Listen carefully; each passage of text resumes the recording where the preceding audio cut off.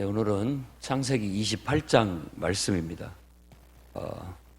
아무래도 에서하고 야곱하고 무슨 일이 일어날 것 같아서 부부가 상의한 끝에 외삼촌 라반의 집으로 야곱을 보내자라고 그렇게 결정을 내립니다. 그래서 이삭이 야곱을 밧단 아람으로 보냅니다. 밧단 아람으로 보낸 궁극적인 목적은 일단 피해 가기도 하지만 너는 거기 가서 라반의 딸들 중에서 아내를 맞이하라. 이 점을 굉장히 강조하고 있어요. 누구랑 결혼을 하느냐가 어떻게 보면 이 사람들이 이들의 운명을 좌우하는 것처럼 얘기를 하고 있습니다. 그래서 절대 가나안 여인은 안 된다 하고 그렇게 얘기했던 겁니다. 그리고 고향 땅에 가서 꼭 고향에 있는 그 같은 집안 사람하고 결혼을 해야 된다라는 걸 강조하고 있고, 그렇게 해야 전능하신 하나님이 내게 복을 주시어 네가 생육하고 번성하고 또 네가 여러 족속을 이루고 아브라함에게 허락하신 복을 네게 주시고 이 땅을 차지하게 하신다. 이렇게 말하고 있는 겁니다. 그러니까 결국 하나님의 말씀을 따라가는 것이 하나님의 비전을, 하나님의 언약과 축복을 받는 길이라는 걸 다시 한번 못 박아서 이삭을 보내게 됩니다. 아마 이 말을 들었지만 어찌 보면 뭐 수도 없이 똑같은 말을 들었을지도 모르겠습니다만은 이때까지도 야곱은 그 말을 그렇게 영혼으로 듣지는 못한 것 같아요. 그냥 늘 듣는 얘기지만 귓등으로 들리고 영혼 깊숙이 그 말이 파고들지는 못했던 것 같습니다. 그리고 6절에서 9절 말씀에서는 에서에 대한 얘기를 한 번 더 언급을 하는데, 에서가 이제 야곱이 밧단 아람으로 보냈다라는 것을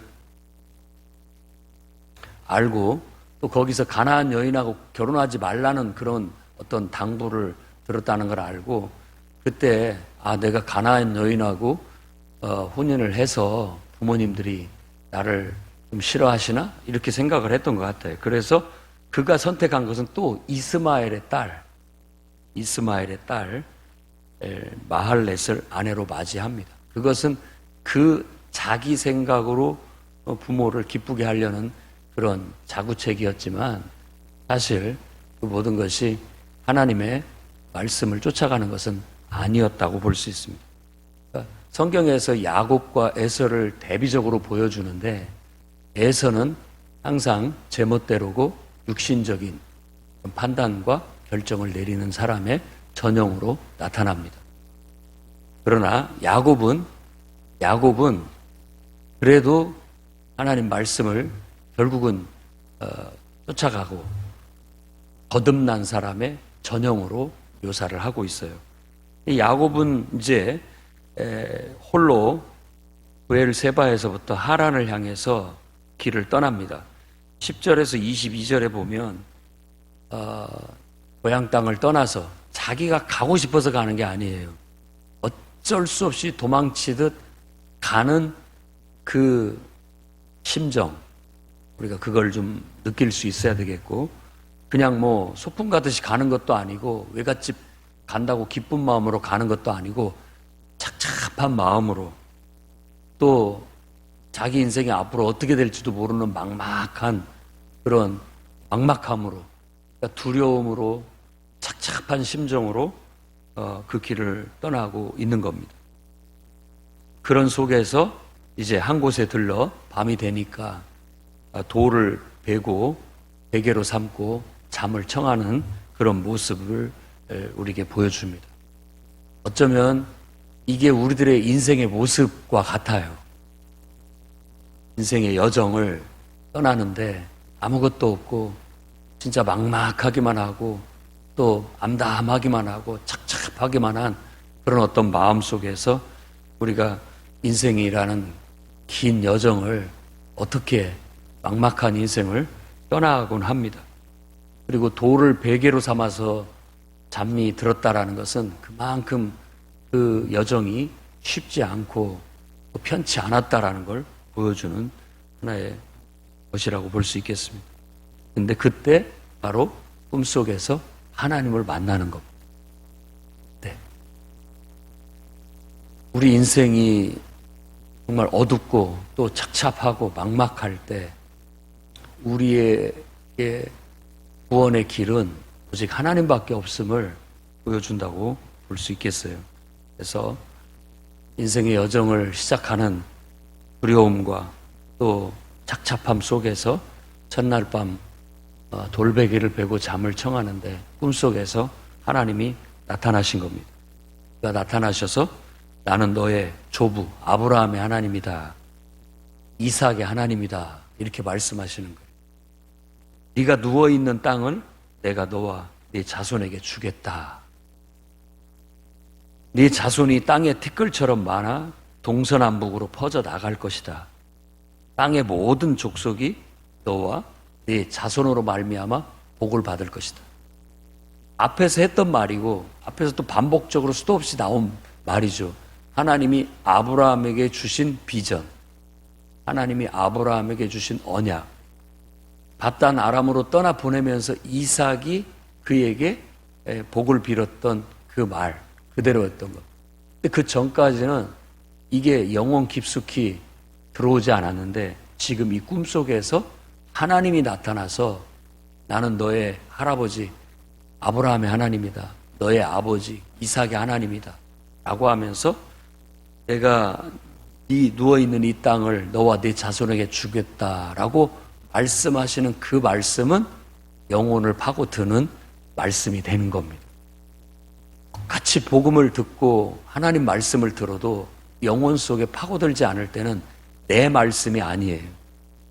그 말씀이 내 영혼을 파고들어서 내 말씀이 되어야 비로소 그 말씀이 살았고 운동력 있는 말씀이 돼서 우리 심령 골수를 찔러 쪼개고 우리를 변화시키고 우리의 인생의 변화와 능력을 나타내는 그런 말씀이 될 수 있다라는 겁니다.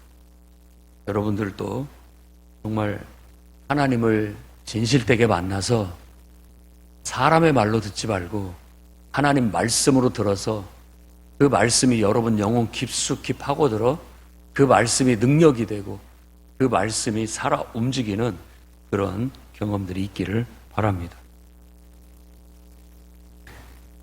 내가 너와 함께 있어서 어디를 가든지 너를 지키겠다. 너를 이끌어 이 땅으로 돌아오게 할 것이다. 라고 그렇게 말하였습니다. 그리고 15절 말씀에 보면 내가 네게 허락한 것을 다 이루기까지 너를 떠나지 않겠다. 정말 홀로 외롭고 쓸쓸하게 고독하게 머나먼 길을 떠나는 이 한 영혼에게 이보다 더 힘이 되고 용기가 되고 든든한 말이 어디 있겠습니까? 너를 도울 수 없고 네 곁에 있을 수 없고 너를 떠났지만 나는 네 곁에 늘 함께 있겠다 하고 말씀하시는 하나님의 음성이 오늘따라 그에게는 천군 만마보다도 세상의 그 어떤 존재보다도 더 든든하고 더 의지가 되고 힘이 된다라는 걸 느낄 수 있습니다. 우리도 많은 사람이 있습니다. 그리고 인생을 여러 가지 많은 일들을 하면서 살아가고 있지만 이상하게 인간의 영혼 속에는 고독함이 있습니다. 외로움이 있다고요. 아무리 가족들이 잘해주고 또 여러분을 사랑한다 할지라도 우리 마음 영혼 깊숙이에 있는 이 외로움과 쓸쓸함은 그거 항상 우리 마음 한켠에 있는 것 같습니다. 그것의 진정한 치료제, 진정한 위로자는 바로 내가 네 인생 다 살 때까지 너를 떠나지 않겠다. 늘 네 곁에 있겠다. 네가 어디로 가든지 너를 지켜주겠다. 하시는 하나님밖에 없음을 오늘 깨닫기를 바랍니다. 그래서 그 하나님으로 인하여 우리가 위로도 받고 평안함도 얻고 그래 인생이라는 것 자체가 원래 홀로 서는 겁니다. 여러 사람 다 나한테 유익도 되고 또 기쁨도 주고 그렇지만 궁극적인 인생의 고독함과 쓸쓸함은 하나님밖에 해결해 줄 수 없다는 걸 믿으시고 오늘도 그 하나님을 여러분 만나서 그 하나님과 함께함으로 진정한 위로와 평안을 얻을 수 있기를 바랍니다. 16절에서 19절 말씀에 보면 야곱이 잠에서 깨어 그 돌베개를 기둥으로 세우고 거기다 기름을 부었어요. 그러면서 고백을 합니다. 여호와께서 여기 계시거늘 내가 알지 못했구나. 네, 우리가 모태신앙이고 어려서부터 하나님을 듣고 배우고 자랐지만 인격적으로 하나님을 만나는 것은 어느 순간이 있습니다. 그게 필요해요. 지금 야곱은 어려서부터 하나님을 들었고 배우고 이렇게 자라왔지만 비로소 인격적으로 하나님을 만난 것이 이 순간입니다. 아무것도 의지할 것이 없고 포로를 단신 도망치듯 막막한 미래를 향해서 나아가고 아무것도 의지할 것이 없다라고 느껴졌을 때 그때 바로 하나님을 인격적으로 만나고 영접하게 된 거라고 볼 수 있습니다. 모든 사람은 모태신앙이 됐든 유아 세례를 받았든 또 하나님 앞에 어찌 됐든지 간에 우리는 인격적으로 하나님을 만나고 그분을 영접해서 그분이 나의 하나님이 되는 경험을 해야 됩니다. 그것이 어떻게 보면 성경에서 거듭남이라고 말할 수 있어요. 거듭남. 지금까지 야곱은 거듭나지 못했는데 이때 영적으로 눈을 뜨고 하나님을 만나고 하나님이 비로소 자기의 하나님, 인격적으로 만난 자기 하나님이 되는 겁니다. 성경에서 여러분들도 아마 그런 궁금증을 가졌을지도 모릅니다. 그냥 하나님이라고만 말하는 때가 있고 그 앞에다 여호와를 붙이는 때가 있습니다. 창세기 1장은 하나님이라고만 나옵니다. 창세기 2장은 여호와라고 나와요. 무슨 차이가 있느냐? 차이가 있습니다. 차이가 있어요. 하나님이라고 했을 때는 그냥 먼 하나님이에요. 그냥 일반적인 하나님, 모두의 하나님, 일반적인 하나님이라고. 그런데 여호와라고 거기에 여호와라는 이름을 붙이게 되면 그 여호와는 인격적인 나와의 관계 속에서의 하나님을 말하는 거예요. 의미의 관계. 수많은 이 세상에 사람이 있지만 여러분의 배우자는 여러분에게 어느 날 찾아와서 내 인생에 의미가 됐잖아요. 내 인생에 특별한 존재가 된 것처럼 그때 그 사람은 나에게 있어서 나에게 수많은 사람이 있지만 이 사람만큼은 나에게 특별한 의미다. 그런 의미로 여호와라고 부르는 겁니다. 그러니까 이스라엘은 항상 자기 민족에 나에게 특별한 하나님, 할아버지 때부터 아버지도 믿었고 할아버지도 믿었고 나도 그분을 믿는 그 특별한 우리의 하나님, 나의 하나님, 내가 인격적으로 만난 그 하나님을 지칭할 때 그 여호와, 야훼라는 칭호를 썼던 겁니다. 여러분에게도 그냥 우리 아버지의 하나님, 어머니의 하나님이 아니라 이제 나의 하나님이 될 수 있기를 바랍니다. 내가 인격적으로 만났고 내가 체험한 하나님, 그리고 그 하나님을 만나고 보니까 그 하나님은 우리 아버지도 만났던 하나님이고 우리 할아버지도 할머니도 만났던 하나님이더라 라는 어떤 깊은 의미가 있고 더 친밀한 그런 칭호가 여호와 하나님이라고 말할 수 있어요. 그래서 야곱은 바로 여호와께서 여기 계시거늘이라고 말하면서 하나님에 대해서 비로소 그가 영혼 깊숙이 눈뜨게 되었고 하나님을 알게 됐고 만나게 됐다라는 걸 고백하게 됩니다.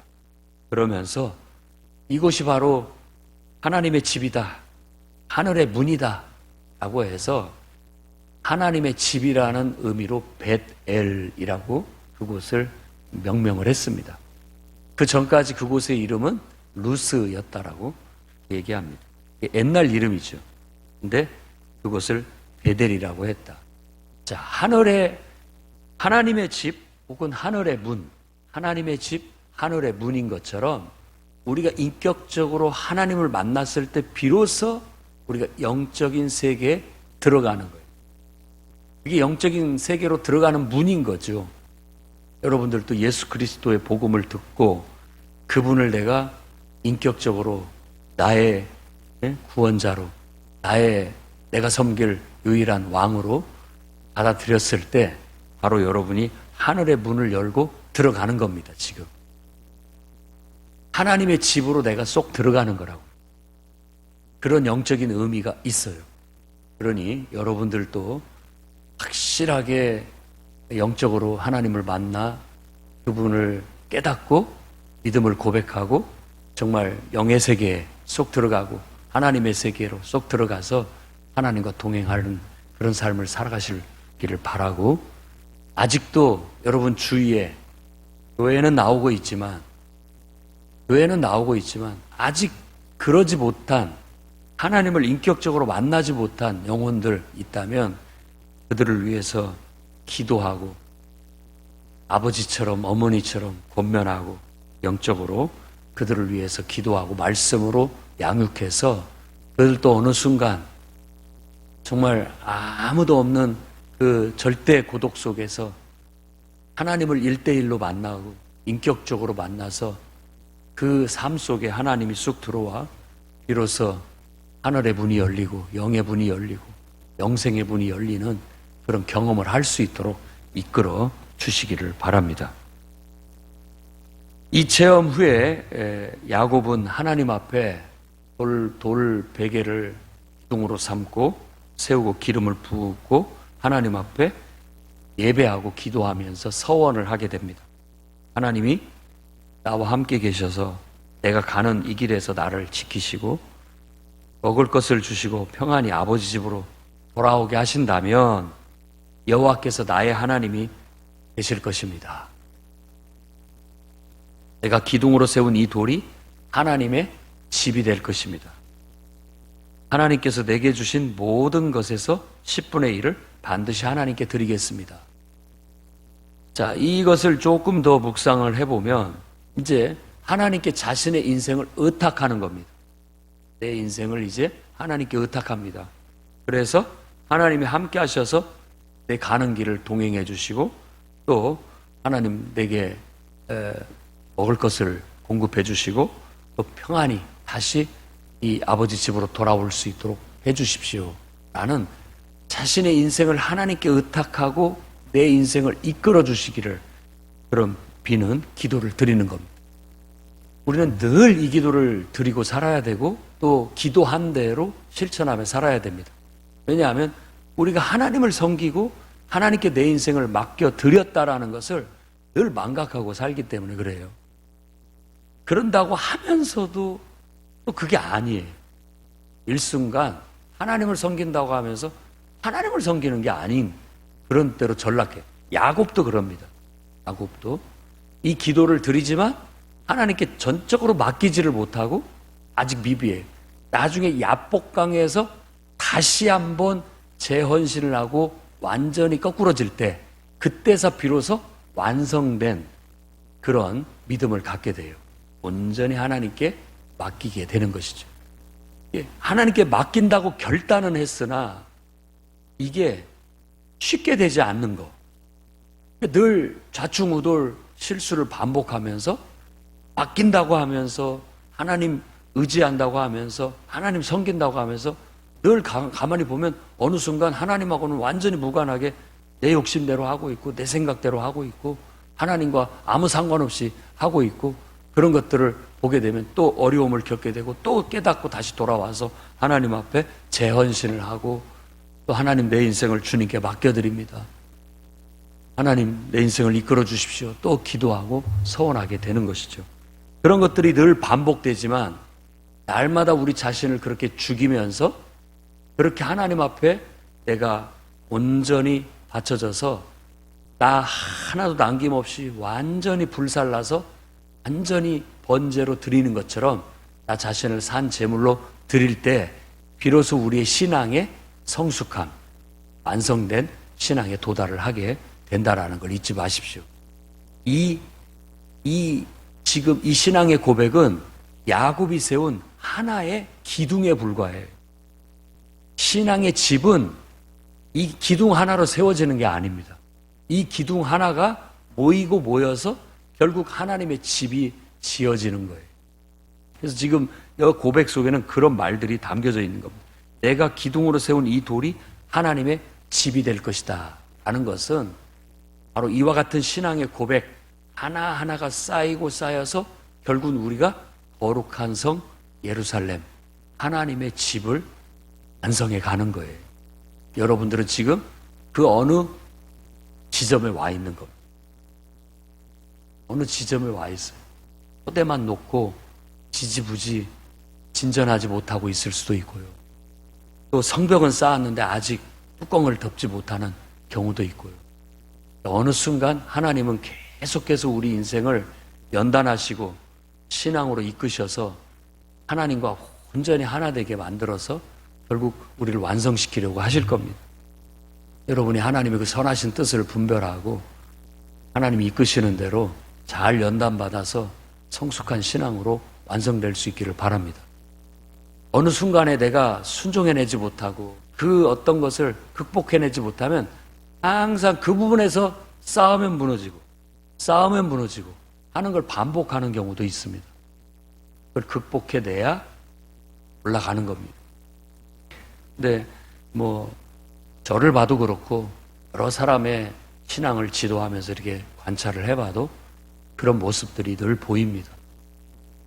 우리가 기도해야 하는 이유는 바로 그런 것들을 극복하기 위해서 견고한 진을 파하고 우리를 가로막고 있는 애워싸는 세상 염려, 근심, 걱정, 나를 방해하는 모든 어떤 그런 세력들을 다 뽑아내고 다 제거해내고 영적 싸움을 싸워서 이겨냈을 때 온전한 하나님의 집을 우리가 세워서 점도 없고 흠도 없는 영광스러운 교회로 또 영광스러운 어린 양의 신부로 어느 날 드러나게 될 거예요. 그러니까 신앙생활이라든지 교회 생활을 철저히 하나님의 선하신 뜻 안에서 생각을 해야지 인간적인 생각으로 해석하면 오류를 범하게 됩니다. 자꾸만 인간적인 생각이 풀 잡초 자라듯이 자라지만 그 뽑아내고 그 생각들 속에 하나님의 말씀에서부터 오는 하나님의 선하신 뜻으로부터 오는 생각들을 자꾸 심어야 돼요. 말씀이 뿌려지고 그것이 자랄 수 있게 돼야지 잡초만 무성하게 자라게 둬서는 안 됩니다. 잡초는 뽑아내고 하나님이 뿌리신 말씀의 그 씨앗들이 자라서 열매 맺게끔 그 수행을, 그 노력을 끊임없이 할 때 우리가 믿음으로 거룩한 신앙의 집을 세울 수 있는 겁니다. 하나님이 내게 주신 모든 것으로 10분의 1을 하나님께 드리겠다라는 것은 내 모든 것은 당신의 소유입니다라는 최소한의 고백입니다. 최소한의 고백. 나는 당신 것입니다. 내 모든 소유는 당신 것입니다라는 고백이 내 소유의 10분의 1을 하나님께 드리는 것에 어떻게 보면 원초적인 의미예요. 성경을 통틀어서 이렇게 쭉 봤을 때 아브라함이 그 멜기세덱에게 아브라함이 10분의 1을 자기가 약탈했던 것에 10분의 1을 드린 얘기 나오고 또 야곱이 자신이 소유의 10분의 1을 하나님 앞에 드리겠다라는 그런 고백이 나오는데 바로 이렇게 10분의 1을 드린다라는 뜻은 당신께 내 자신을 드리겠습니다 라는 경의의 그런 어떤 표현인 겁니다. 그래서 하나님 앞에 우리가 10분의 1을 드리는 것이 별하별 소리들이 다 있다 할지라도 성경적인 원리는 나의 소유권을 하나님께 드리고 내 모든 것은 당신 것입니다라는 우리의 신앙의 고백이라는 것. 그걸 여러분들이 이 말씀 속에서도 읽어낼 수 있기를 바랍니다. 전체적인 걸 쭉 보면 바로 그런 의미가 담겨져 있습니다. 믿음대로 하십시오. 나는 주님의 것이고 내 모든 것은 당신의 소유입니다 라는 우리들의 신앙의 고백의 표현이라고 볼 수 있는 겁니다. 인간적으로 생각하면 인간적인 것에 불과한 겁니다. 그러나 이런 영적인 믿음의 고백으로 하면 그건 믿음이 되는 겁니다. 인간적인 것으로 아무리 많은 돈을 드리고 기부를 한다 할지라도 그것은 지푸라기에 불과한 것이고, 내가 하나님 앞에 믿음으로 하나님 말씀에 순종하여 하나님 내 모든 것은 당신의 것입니다 라는 믿음의 고백으로 냉수한 그릇이라도, 믿음의 고백으로 내 10분의 1을 드리는 것이야말로 그것은 영적인 신앙의 집을 짓는 것이고 바로 거룩한 성 새 예루살렘을 짓는 것이라고 할 수 있어요. 그래서 여러분들의 신앙의 집이 고독하고 쓸쓸하게 외롭게 시작을 했지만 하나님이 여러분과 함께 동행하고 있다는 걸 아시고 그분의 인도하심을 받아 늘 실수도 반복할 수 있지만 그걸 통해서 배우고 또 훈련되고 연단돼서 아주 아름다운 여러분들의 인생의 집, 신앙의 집을 지어서 하나님께 영광 돌리는, 그리고 그렇게 하나님께 쓰임받는 인생들이 되시기를 주의 이름으로 축원합니다.